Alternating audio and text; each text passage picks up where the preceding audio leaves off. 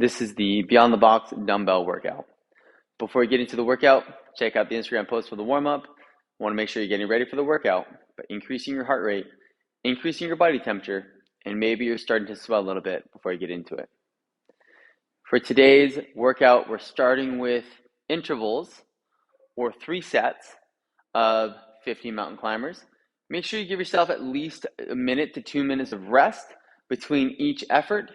We want these to be pretty sprint-like. So those 50, while we're going fast, we also want to make sure we're maintaining good position. So the mountain climber is holding a straight arm plank. It's also going to be the same type of position that you would have at the top of a push-up. Make sure that we're nice and braced through the midline. So we're going to, in the plank is our universal brace position. So for any lift we're doing, we want to make sure that our bracing or our core engagement feels like the plank. So if I'm standing and I'm doing any type of bracing, I like to always cue that we keep the rib cage pulled down and we're tightening up through the hips, squeezing through the glutes, rotating the pelvis, and we're pulling our rib cage down towards our pelvis, and we're bracing and staying nice and tight across our belly or across our midline. This would be the plank. And if I'm holding a plank here, I'm pulling my elbows down to try and emphasize that crunch of the abs and pulling the rib cage down, and I'm holding a neutral spine here. So maybe a little bit of flexion in the low back here. What we don't want to see, so if I'm down here in the bottom position, I don't want my hips to sag, so I don't want to extend through the back. Correct that, just like I was talking about standing up. Squeeze my glutes and pull my rib cage down towards my glutes.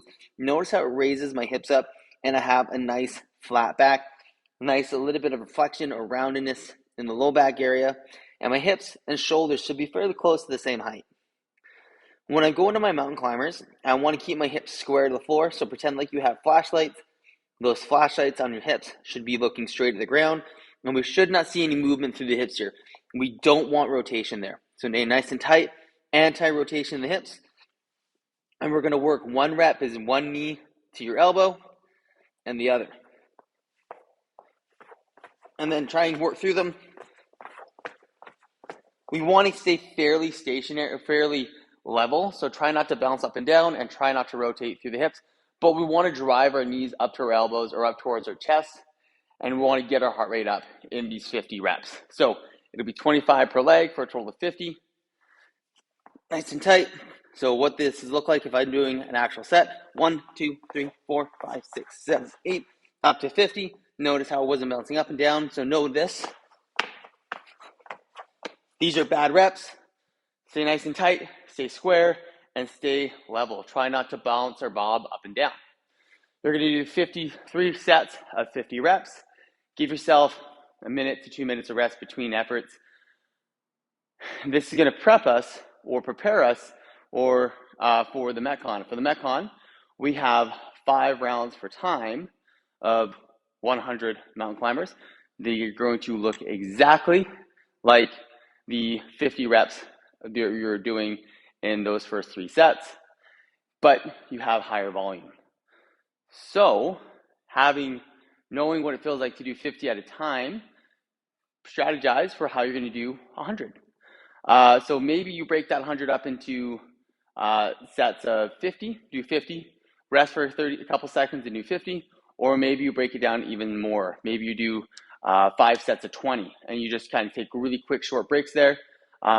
Couple ways that you can play with it, play with the math, strategize a little bit on how you want to break those 100 reps down in each round. Once you're done your 100 mountain climbers, then you're going to go into 10 devil's press. The RX weight for the men is 50-pound dumbbells, and for the ladies, 35-pound dumbbells. The devil's press is a weighted burpee. So what we're doing is standing. You're going to place your hands on the dumbbells. Chest and thighs touch the ground between the dumbbells. You're going to jump your feet forward, and then you're going to swing or pull the dumbbells overhead in one motion for that full devil's press.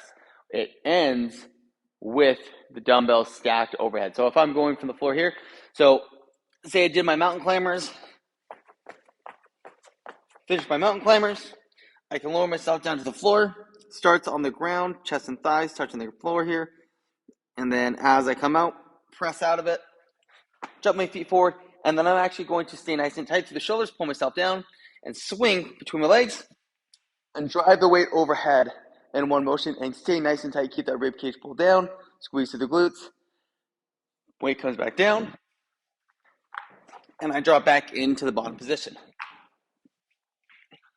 So that's me doing it between my legs. I can also do it on either side of me, where I swing it on the side of my hips.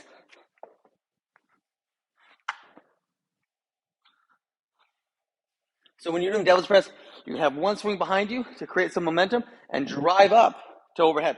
And use your hips. Use that leg drive. Use your big, powerful lower body to help get that weight overhead and stabilize with the shoulders overhead. Once you've done your 10 devil's press, you'll rest for 1 minute before going into the next round. So recap, the Metcon is 5 rounds for time of 100 100 mountain climbers and 10 devil's press, resting 1 minute between rounds. Keep your rib cage pulled down, keep your core engaged, stay nice and tight, and really focus on maintaining that midline stabilization. The core is going to get heavy, the core is going to get fatigued as the weight starts to feel heavier. So we need to make sure we're protecting ourselves and we're staying nice and tight and engaged throughout these movements. Get after it and have fun.